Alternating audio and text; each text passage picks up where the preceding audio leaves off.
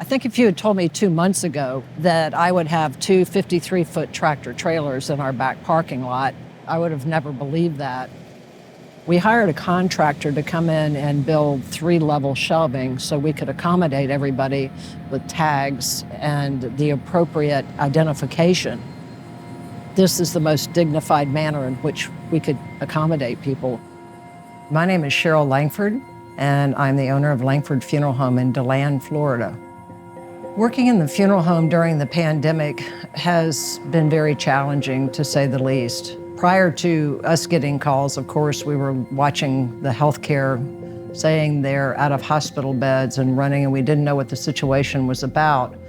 But as the death toll took a turn, our business took a turn, and it took a turn to bringing in multiple loved ones a day that was very, very unexpected, and that led to a big challenge for us. Urns come in a variety of materials, and so traditionally you're going to see metal or wood.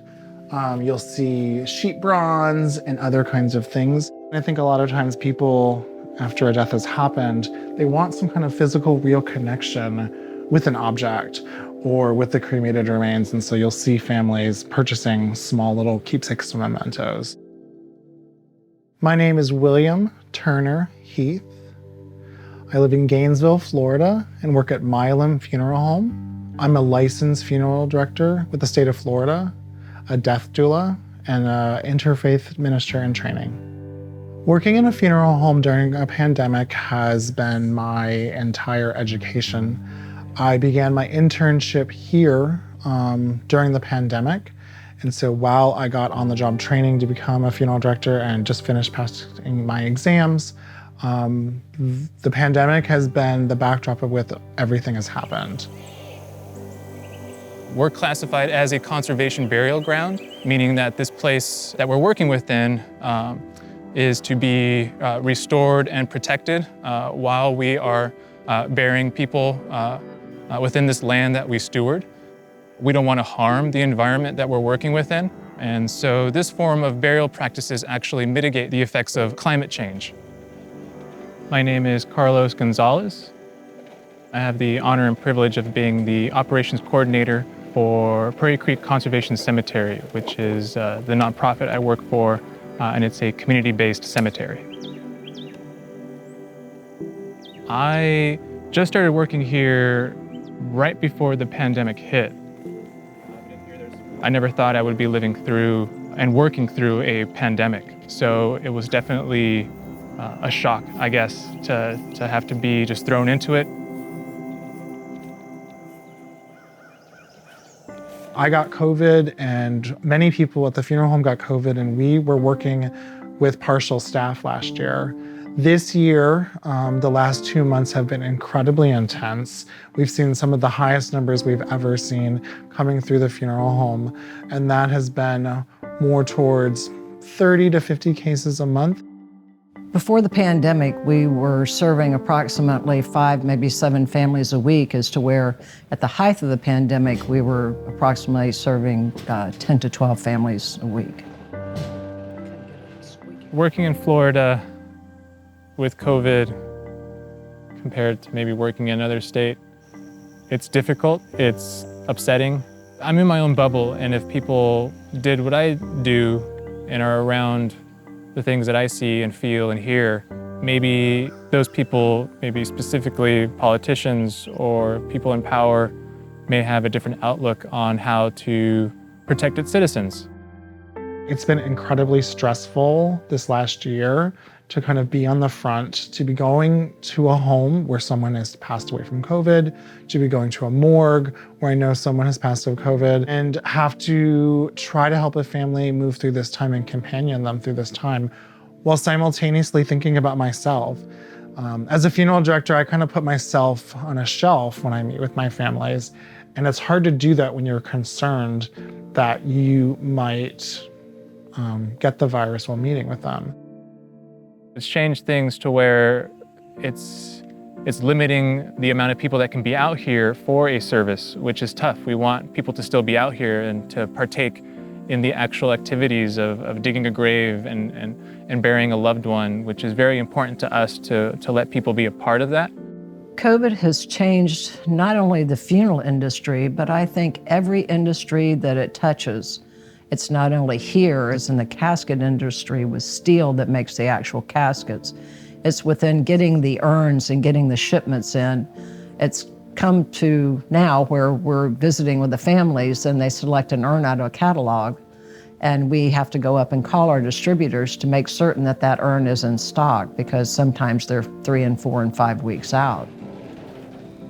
I think last year all these families kind of stayed home that had lost a loved one and had no one but a phone call, and that human interaction speaks volumes. And when you take that out of the picture, it just leads to, I think, a longer grief process than it should have.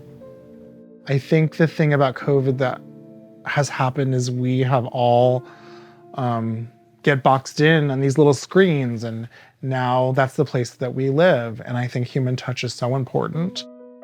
I sometimes meet with my families completely virtually. I send them invoices through DocuSign. I send them an invoice through Square Payment. Everything can happen online now.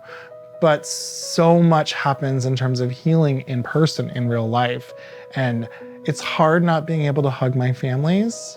People come out here and see their loved one's body or casket for the first time since they had contracted the disease. So I know that people are limited with hospital policies of, like, you can't come in here, you can't be around. And so it's difficult when trying to help someone who has a loved one who's dying from COVID and trying to find the middle ground of what's safe and allowable for them to be here in person and to participate in those practices.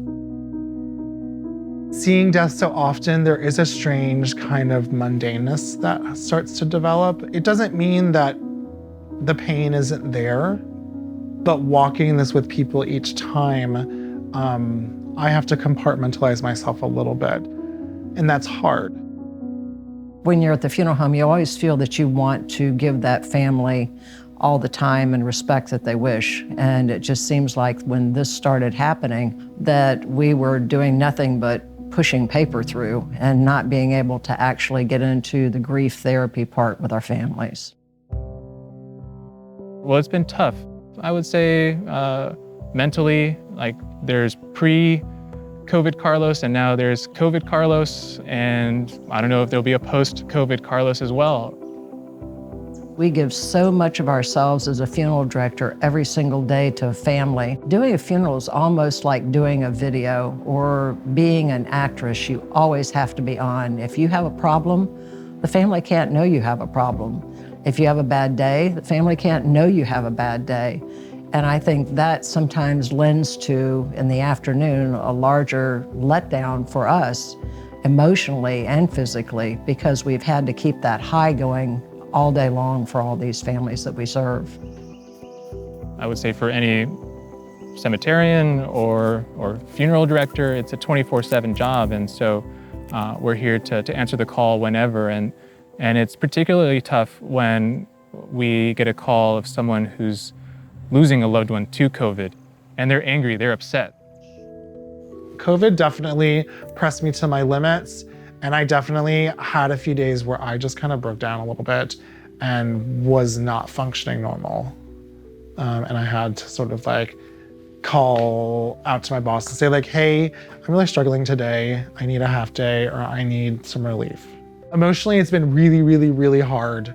I think that's probably been the biggest impact I've had, that the pandemic has had on me, is that it's a lot of emotions. It's a lot of fear.